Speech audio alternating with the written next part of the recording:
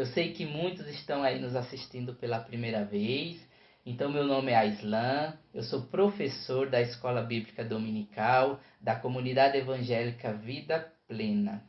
E a partir de agora, amados, nós vamos iniciar as ministrações do culto através desse novo formato digital.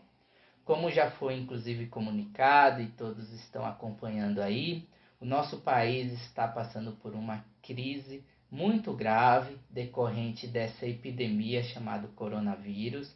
E aí, por conta disso, entendemos que seria melhor suspender as ministrações presenciais, seguindo inclusive a orientação aí dos nossos secretários de saúde, ministro da saúde, autoridades, os médicos. E aí, a partir de agora, amados, nós vamos dar continuidade às atividades ministeriais através desse novo formato. E eu gostaria de iniciar com a leitura do que Jesus estabeleceu. Isso está escrito lá em Mateus, capítulo 16, verso 18. Eu vou ler para vocês, amados. Está escrito assim: Pois também eu te digo que tu és Pedro, e sobre esta pedra edificarei a minha igreja. E as portas do inferno não prevalecerão contra ela. Amados, isso daqui foi algo estabelecido pelo próprio Senhor Jesus Cristo.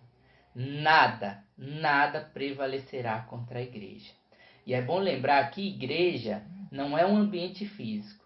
Igreja sou eu, é você, somos todos nós, epístolas vivas. Nós somos a igreja. E o que Jesus estabeleceu foi justamente isso. Nada prevalecerá contra a igreja.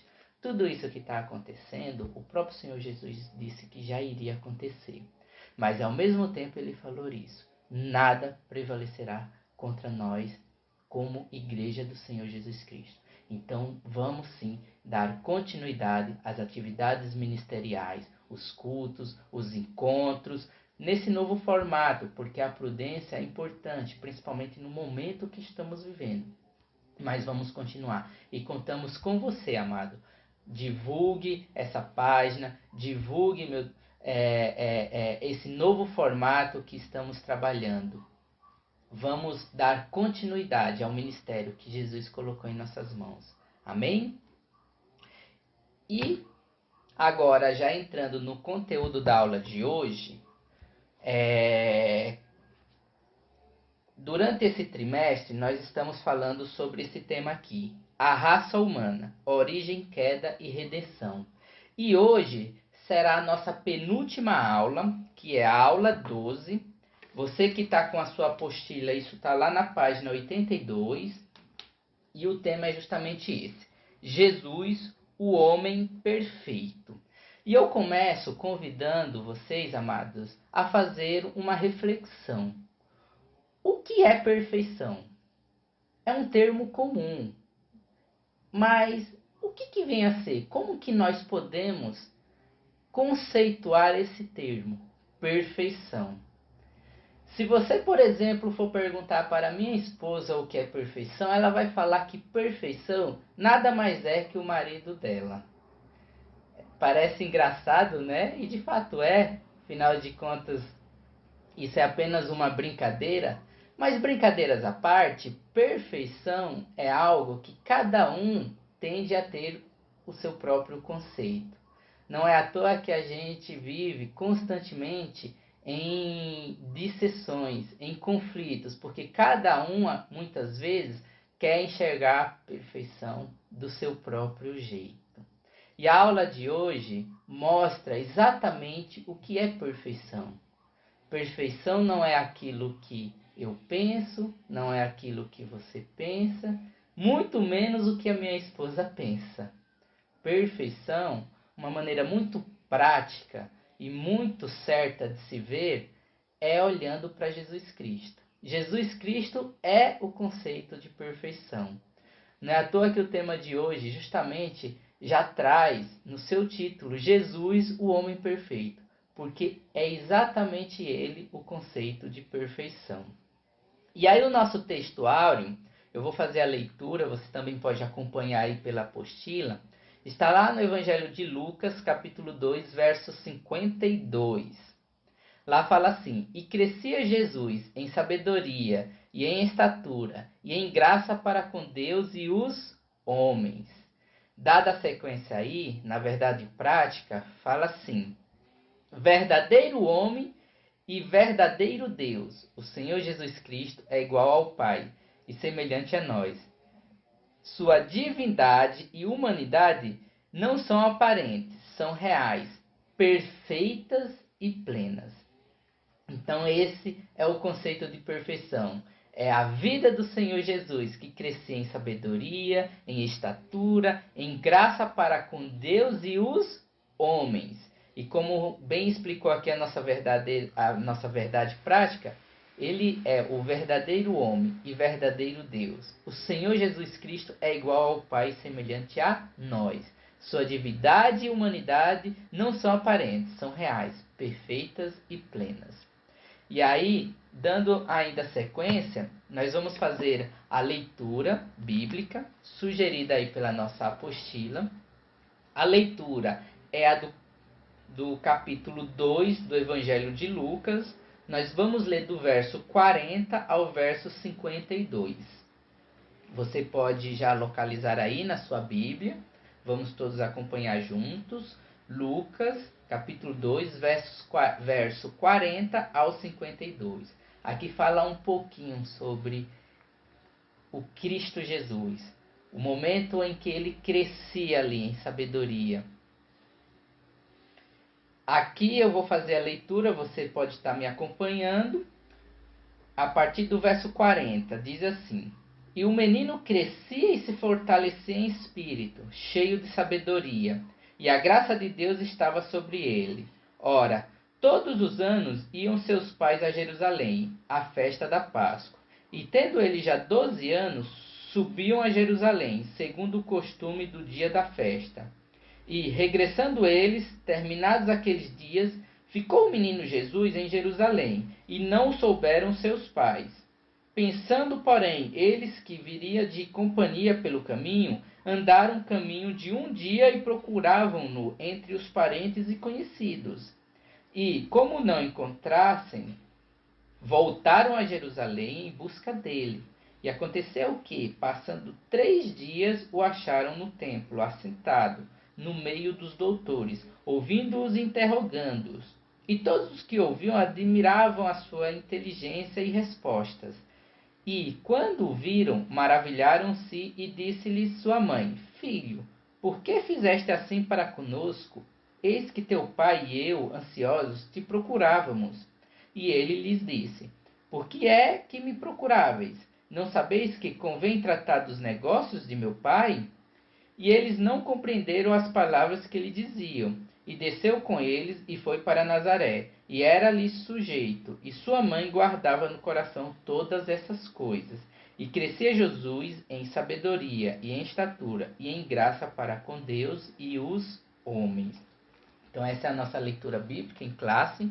Aqui fala um pouquinho sobre o início da história ali de Jesus. Talvez quando era ali adolescente para jovem, né?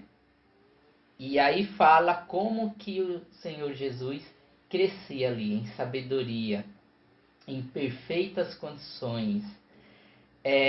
Durante as aulas anteriores, foi abordado vários aspectos sombrios decorrentes da seção do pecado, que iniciou lá no Éden com o pecado de Adão e Eva. Alguns exemplos de aulas anteriores falou da queda do ser humano. Ali foi tratado também sobre o pecado da desobediência. Falamos também sobre a civilização humana.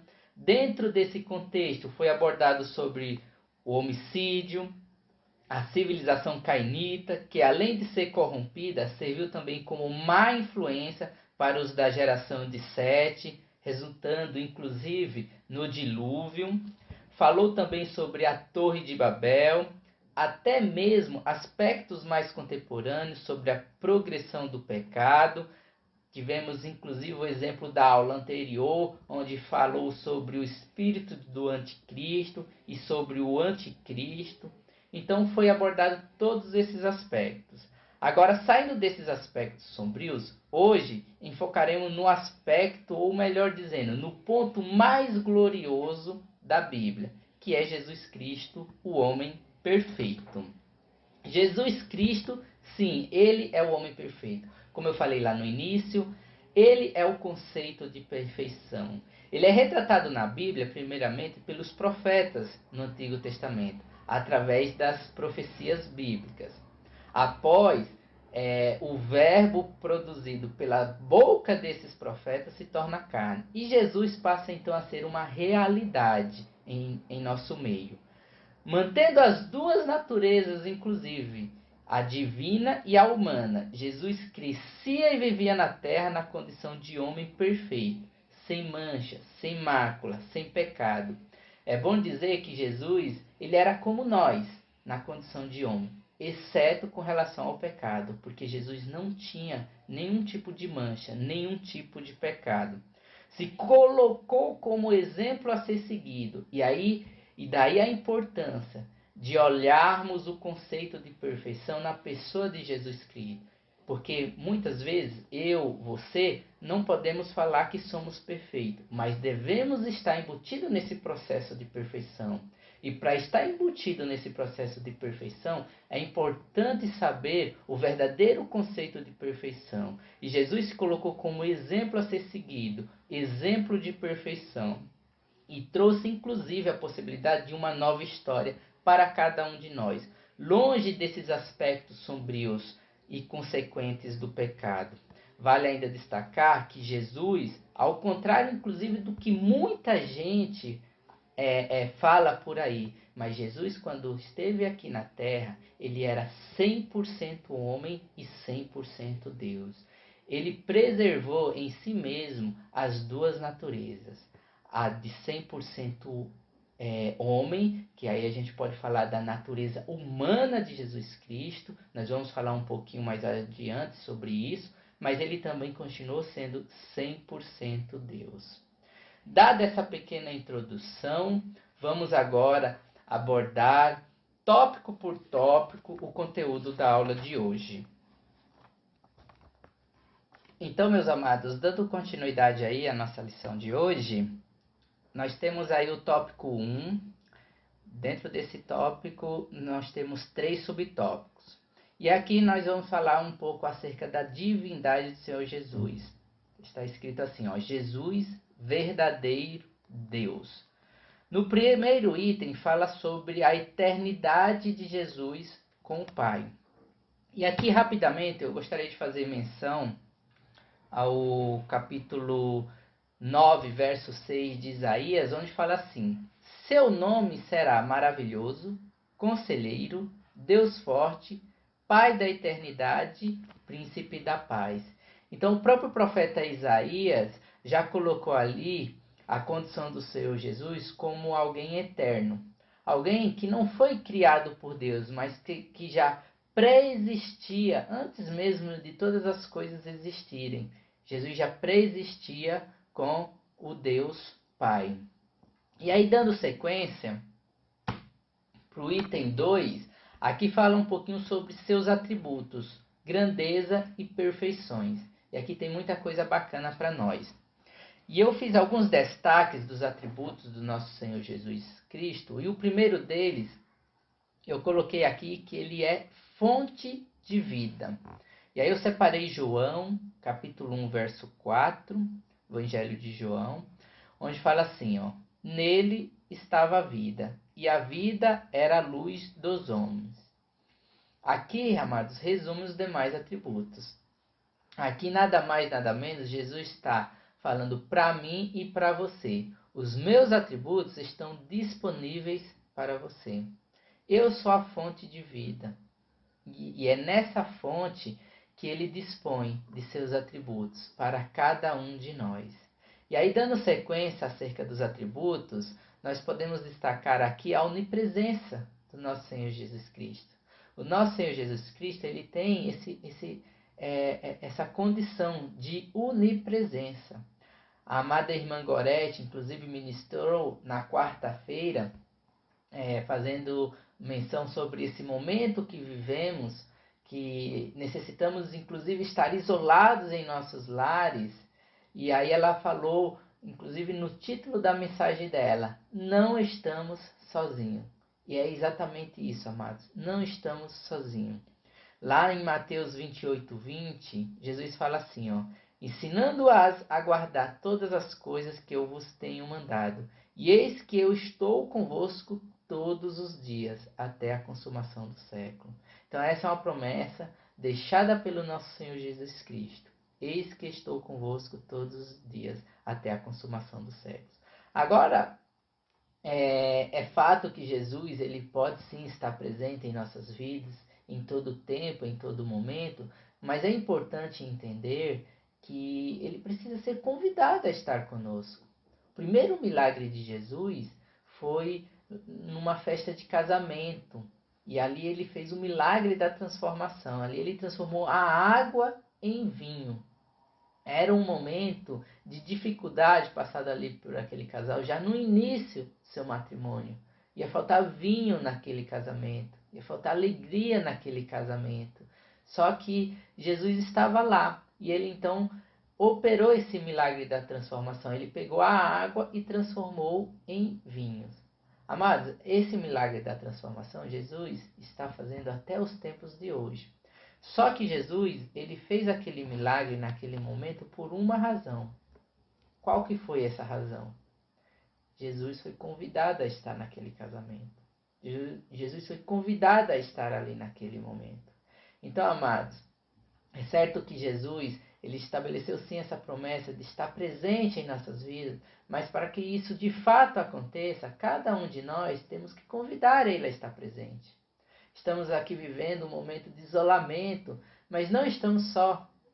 Podemos ter a presença de Jesus em nossas vidas, mas primeiramente temos que convidar ele a estar aqui presente.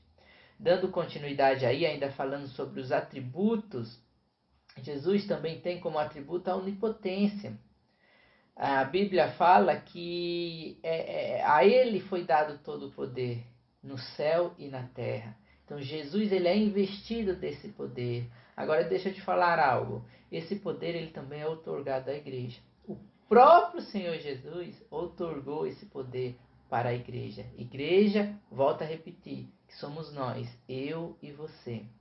Eu vou te dar um exemplo, oração. A Bíblia fala que a oração de um justo pode muito em seus efeitos. Amados, a oração de um justo, e esse justo é a igreja, somos nós, eu, você, pode muito em seus efeitos. Está vendo esse momento que a nação vem passando, que o mundo inteiro vem passando? Então a nossa oração pode muito em seus efeitos. Então a gente tem que se colocar como igreja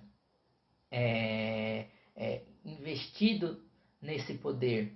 E com certeza, amados, os efeitos serão muito bons. Os efeitos serão de cura, os efeitos serão de libertação, os efeitos serão os mais maravilhosos possíveis.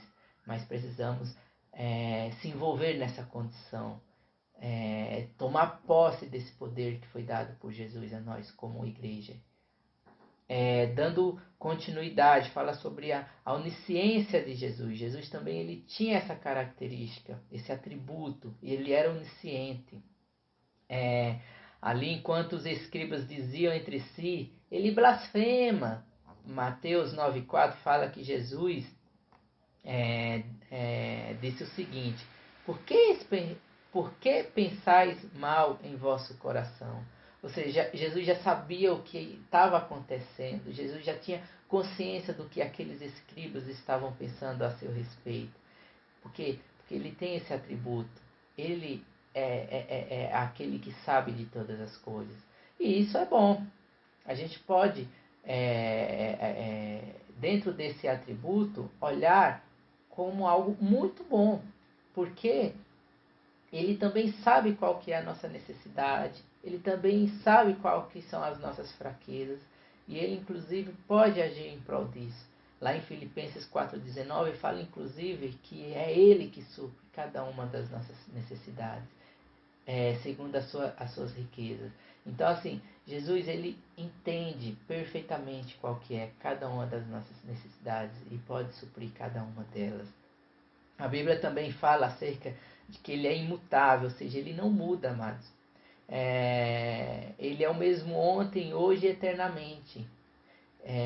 Tudo aquilo que foi mostrado por Jesus Cristo mostra quem ele realmente é. E esses exemplos dados pelo nosso Senhor Jesus Cristo nunca mudaram, nunca irão mudar, sempre vai permanecer. E isso é importante saber, porque dentro desses atributos que nós deparamos na pessoa do nosso Senhor Jesus, nós podemos também destacar que ele é um Deus justo. Ele é um Cristo justo. E é muito fácil, às vezes, falar daqueles atributos que vêm a nosso favor, como o amor, como a onisciência, a onipresença, a onipotência, né? É muito fácil falar isso, porque realmente isso vem de encontro a nós, em nosso favor, mas é importante ao mesmo tempo saber que ele é um Deus justo. Isaías, inclusive, descreve ele como santo, santo e santo. 3 vezes santo. Esse é o nosso Jesus. 3 vezes santo. Ele é justo. E aí, amados, a gente precisa se envolver nessa justiça. A Bíblia fala que se confessarmos os nossos pecados, ele é fiel e justo para nos perdoar os pecados e nos purificar de toda injustiça. Lá no livro de Hebreus, capítulo 10, verso 38, fala: mas o justo viverá da fé, e se ele recuar, minha alma não tem prazer nele. Então, amados, a gente precisa se envolver nessa justiça, que é, primeiramente, se arrepender dos nossos pecados, reconhecer Cristo como Senhor e Salvador e, lógico, olhar para Ele como um homem perfeito e trazer isso como exemplo de vida para nós. Como eu falei, a perfeição está em Cristo. Então temos que olhar para Cristo e se envolver nesse processo de perfeição,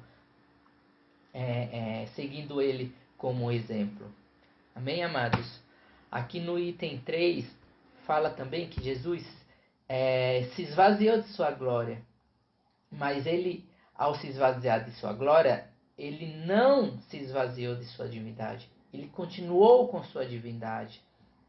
A divindade de Jesus, ela foi preservada. Enquanto viveu aqui na terra, na condição de homem, 100% homem, ele também viveu na condição de Deus, 100% Deus. É isso que a Bíblia atesta. Isso em vários exemplos. Nós acabamos de falar sobre alguns. A onipotência de Jesus, a onisciência de Jesus, a onipresença de Jesus. Isso são atributos divinos, que só está nele. Então, ele sim esvaziou de sua glória. Ao vir aqui na terra, a assumir essa condição humana de 100% homem, mas naquele mesmo tempo, ele também preservou a sua divindade e continuou também sendo 100% Deus. Bom, dando continuidade aqui, amados, nós vamos para o tópico 2, onde fala agora sobre Jesus, verdadeiro homem. Aqui a gente vai passar rapidamente. Eu gostaria de explorar um pouquinho mais o tópico 3, onde vai ter muitas lições práticas. Mas, passando aqui os itens do tópico 2, Jesus, verdadeiro homem, o primeiro item fala sobre Jesus estava no seio do Pai. Lá em João 1,18, fala sobre o testemunho de João Batista, né? Nesse testemunho, João Batista trata Cristo, Jesus, como aquele que vem depois dele, João, né? Mas que já existia antes dele, João, porque foi primeiro que ele.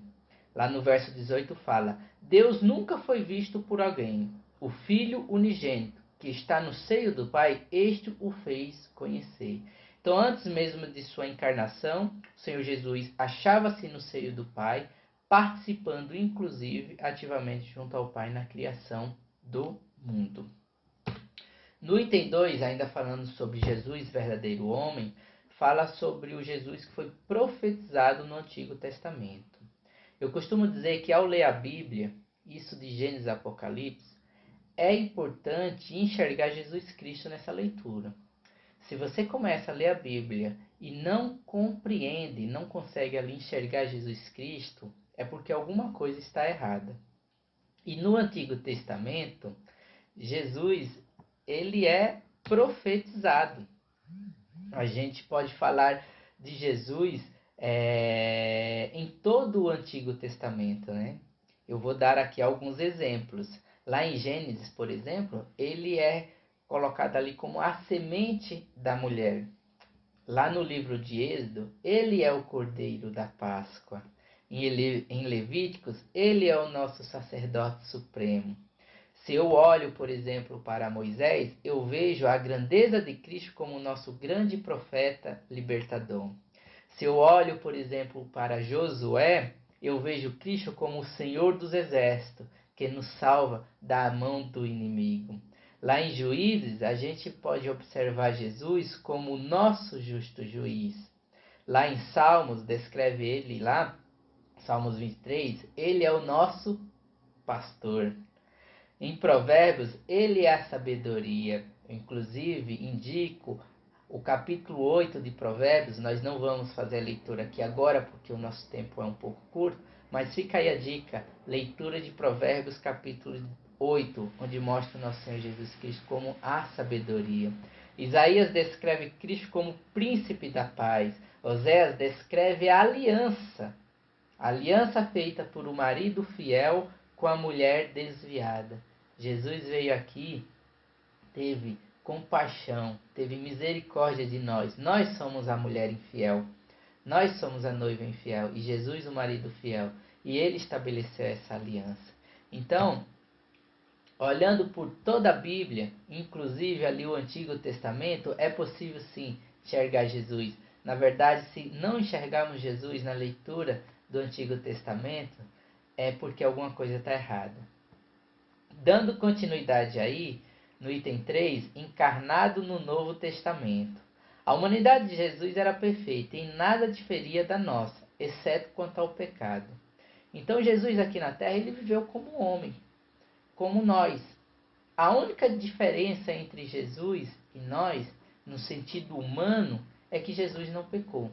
Jesus não tinha nenhum pecado.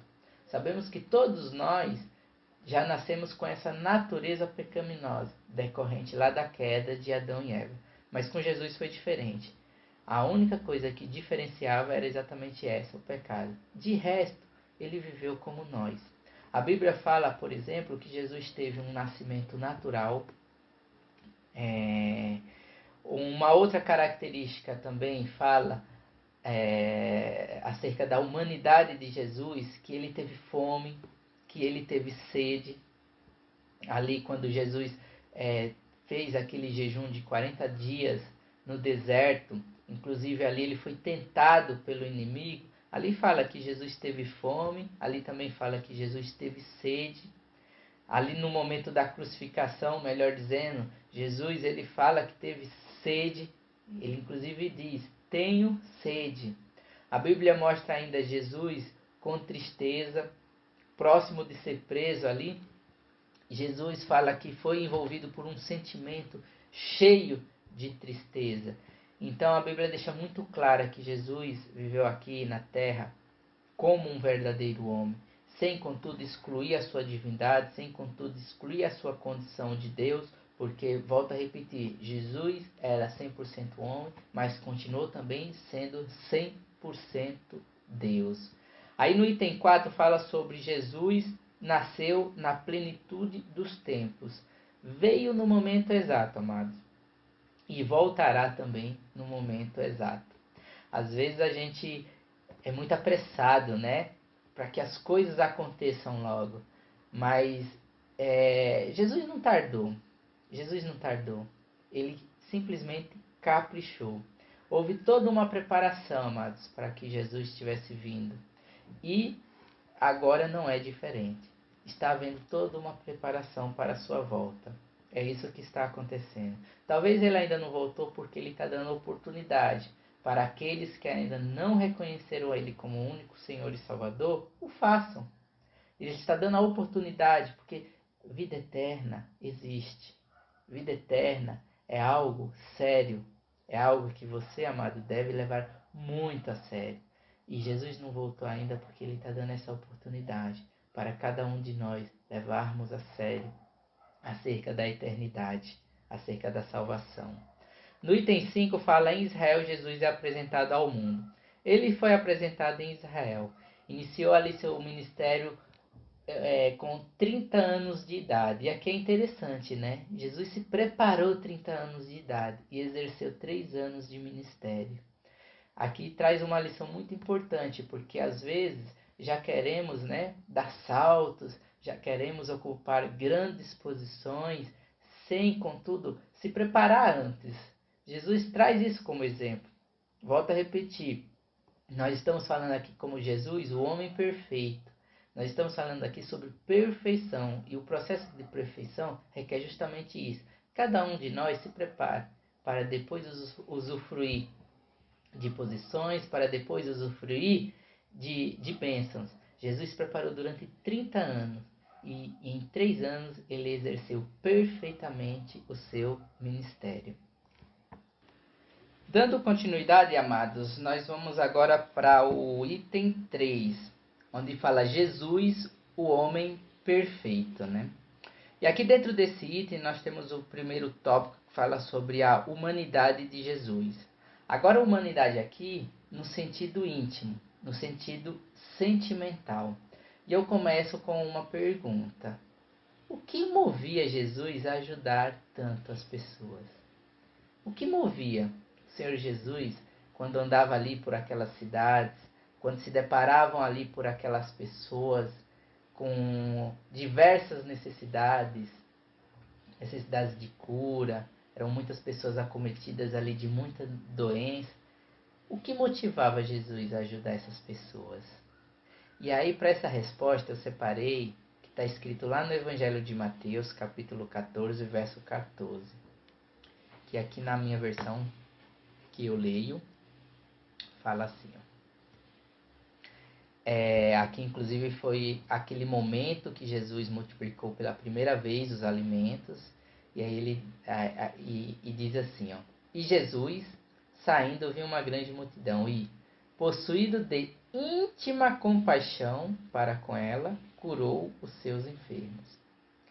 Então, essa era a característica que Jesus tinha: íntima compaixão.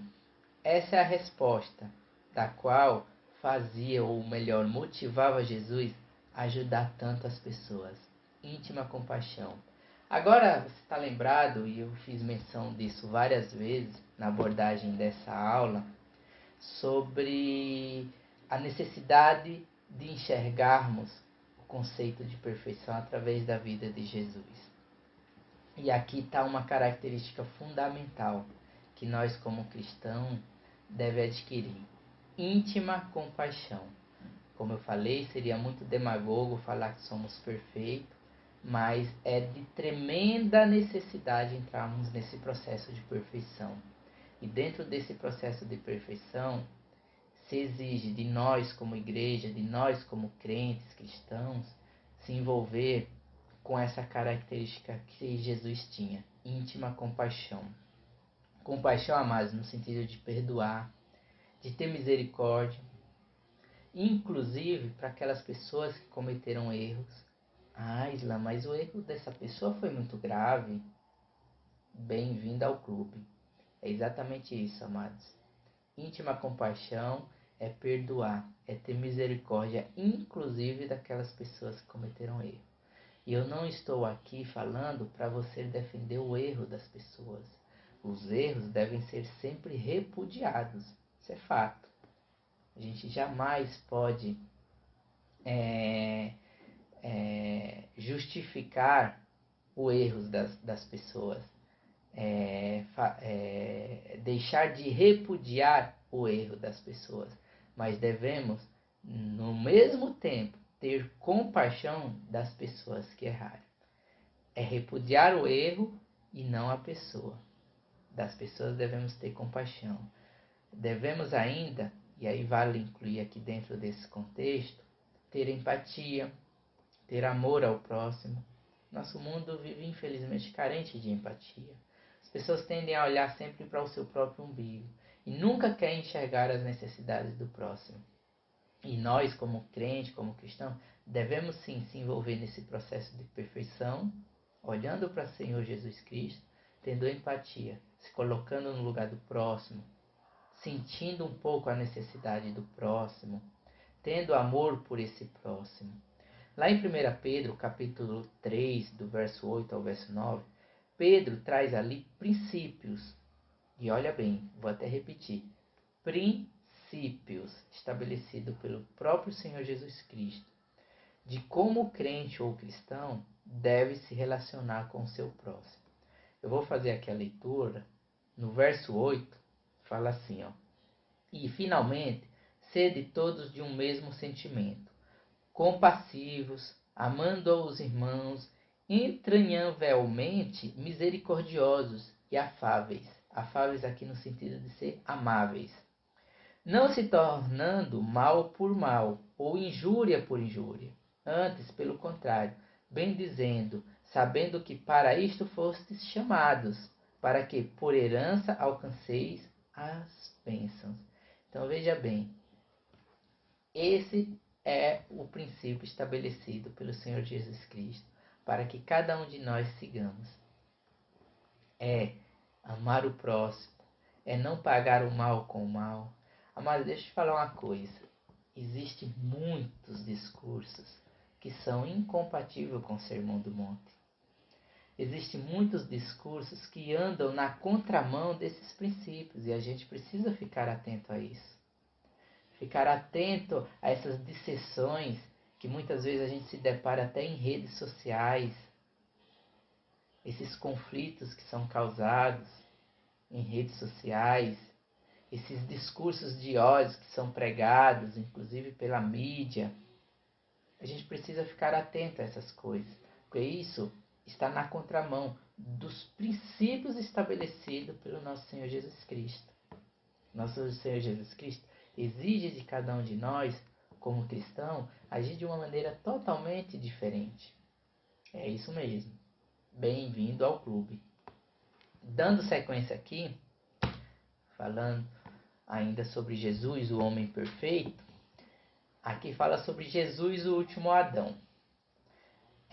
O primeiro fracassou lá no Éden, né? Sabemos que lá no Éden, Adão e Eva viviam ali naquele jardim maravilhoso, completo. Ali eles tinham de tudo, mas infelizmente eles fracassaram. Num outro ângulo, num cenário totalmente diferente daquele jardim, o segundo Adão, ele triunfou. E aqui eu estou falando do Senhor Jesus. Ele triunfou inclusive no deserto. Um cenário muito diferente daquele que era vivido por Adão e Eva, né? E aqui mostra pra gente que o ambiente não é o que define. Não é o ambiente que define, mas é aceitar em nosso coração a disposição de obedecer. Jesus, mesmo num cenário totalmente diferente do jardim do Éden, sofrendo, passando por muitas dificuldades aqui na terra, na condição de homem, ele entendeu por obedecer até o fim. E por conta disso ele triunfou. A gente tem inclusive outros exemplos na Bíblia, né? Temos, por exemplo, Daniel, que foi levado a cativo lá para a Babilônia, fez parte ali do cativeiro babilônico, mas eu tenho entendido que Daniel, não obstante estar naquele cativeiro, ele não estava cativo. A própria história dele mostra Daniel ocupando cargos, tendo ali uma vida, não obstante, cheio de dificuldades, mas triunfando, superando cada uma daquelas dificuldades. Isso por quê? Porque ele resolveu obedecer Deus até o fim. Ele não se deixou ser influenciado por toda aquela contaminação pecaminosa que existia no Império Babilônico. Muito pelo contrário, ele permaneceu firme até o fim. Então, amados, a decisão ela é nossa. A decisão é exclusivamente nossa. Estamos hoje nesse mundo que não deixa de ser um cativeiro, mas podemos decidir se vamos nos deixar ser influenciados por esse mundo, pelo pecado que há nesse mundo, ou se vamos obedecer a Deus. É uma decisão que cada um de nós temos que tomar. Felizmente, o mundo está aí. A exemplo da Babilônia, o mundo de hoje é também contaminado pelo pecado. Basta olharmos as letras das músicas, as programações das novelas, os filmes, os reality shows que passam na televisão, o que se defende, que tipo de cultura tem defendido hoje nesse mundo. Basta olharmos e a gente vê que realmente é um mundo totalmente contaminado pelo pecado. Mas aí cabe cada um de nós escolhermos se devemos ser influenciados por isso ou se devemos, a exemplo de Cristo Jesus, a exemplo do profeta Daniel, obedecer até o fim. E aí com certeza haverá essa condição de triunfar, como aconteceu com Jesus. Amém, amados? E aí, dando sequência, o último item fala sobre a perfeição espiritual e moral de Jesus. Como já dito, Jesus veio em carne e era como cada um de nós, exceto com relação ao pecado. E assim permaneceu perfeitamente, tanto no aspecto espiritual como no aspecto moral. Amados, o inimigo a todo tempo tenta. A todo tempo o inimigo faz investidas. Se a gente tiver que destacar aqui as investidas que o inimigo faz para fazer cada um de nós pecarmos, eu gostaria de fazer a leitura aqui de 1 João 2,16, que fala assim, ó: porque tudo o que há no mundo, a concupiscência da carne, a concupiscência dos olhos e a soberba da vida, não é do Pai, mas do mundo. Então essas três investidas, amado, concupiscência da carne, concupiscência dos olhos e soberba da vida, são as três investidas que o inimigo tenta a todo tempo investir em nossas vidas para fazermos pecar contra Deus. Foi assim com Eva. Se a gente pegar, por exemplo, lá o momento que Adão e Eva pecaram contra Deus, está lá em Gênesis 3,6, fala assim, ó: e vendo a mulher que aquela árvore era boa para se comer, olha só, boa para se comer, isso é o quê? Concupiscência da carne. Aí, dando continuidade ao versículo, agradável aos olhos, concupiscência dos olhos. E ainda continuando a leitura, e árvore desejável para dar entendimento. Aqui, desejável para dar entendimento, podemos associar com a soberba da vida. Tomou do seu fruto e comeu, e deu também ao seu marido, e ele comeu com ela. Então essa foi a investida que Satanás deu ali em Adão e Eva e conseguiu fazer com que eles pecassem contra Deus. Agora, essa mesma investida, amados, também foi feita contra o Senhor Jesus Cristo, quando ele estava ali no deserto fazendo aquele jejum de 40 dias. Ali, Satanás tentou Jesus. Primeiro, o que Satanás fez? Pediu para Jesus transformar pedras em pão. E aí a gente vê, concupiscência da carne. Depois, mostrou todos os reinos do mundo e ofereceu tudo aquilo a Jesus. Concupiscência dos olhos. E por fim, ele falou: se tu és filho de Deus, lança-te daqui abaixo. Aí tentou ali Jesus a ser soberbo. E aí mostra a soberba da vida. Queria que Jesus demonstrasse vaidade, que poderia isso ou aquilo. Só que em nenhuma dessas investidas Jesus caiu. Muito pelo contrário. Ele permaneceu firme até o fim. E é assim, amados, com cada um de nós. O Satanás ele tenta a todo tempo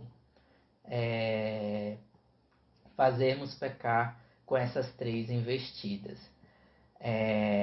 E aí existe com certeza dentro da palavra de Deus os antídotos para cada uma dessas investidas. Concupiscência da carne, Gálatas 5,16. Digo, porém, andai em espírito e não cumprireis a concupiscência da carne.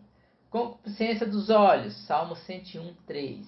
Não porei coisas más diante dos meus olhos, aborreço as nações daqueles que se desviam.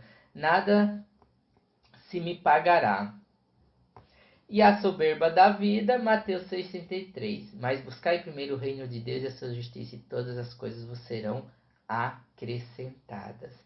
Aí, para finalizar, eu vou fazer a leitura de Hebreus 2,18, que fala: porque naquilo que ele mesmo, sendo tentado, padeceu, pode socorrer aos que são tentados. Então, amados, Jesus é o nosso socorro. Todo momento vai vir essas investidas, mas o segredo é justamente esse: se apegar a Jesus e àquilo que está escrito na palavra dele. E com certeza venceremos todas essas investidas do diabo, permanecendo firme até o fim em obediência a Deus. Amados, essa é a nossa aula de hoje. Quando eu iniciei essa aula, eu fiz menção lá do verso 18 do capítulo 16 de Mateus, né? E eu finalizo fazendo menção do verso 19. No verso 19 fala assim, ó: e eu te darei as chaves do reino do céu, e tudo que ligares na terra será ligado nos céus, e tudo que desligares na terra será desligado nos céus. Jesus, como a gente falou, era um homem investido de poder, muito poder. Só que ele otorgou esse poder à igreja. Isso inclusive foi falado em alguns dos tópicos dessa aula. E ele fala justamente isso: eu te darei as chaves do reino do céu. Ele investe em nós como igreja, com poder. Esse momento que estamos vivendo é um momento grave, sim. Não podemos subestimar, temos que tomar as precauções. Mas como igreja, amados, a gente tem que se apegar a esse poder que foi dado por Cristo Jesus. Então vamos permanecer firme, vamos se revestir desse poder, que aí com certeza tudo isso vai passar. E essa fase epidêmica que o país vem passando vai passar. Enquanto isso, a gente vai permanecer firme, orando a Deus, buscando sempre de Deus, se apegando a Ele, buscando a proteção dEle para nós, para todos os nossos familiares, em nome do Senhor Jesus. Amém?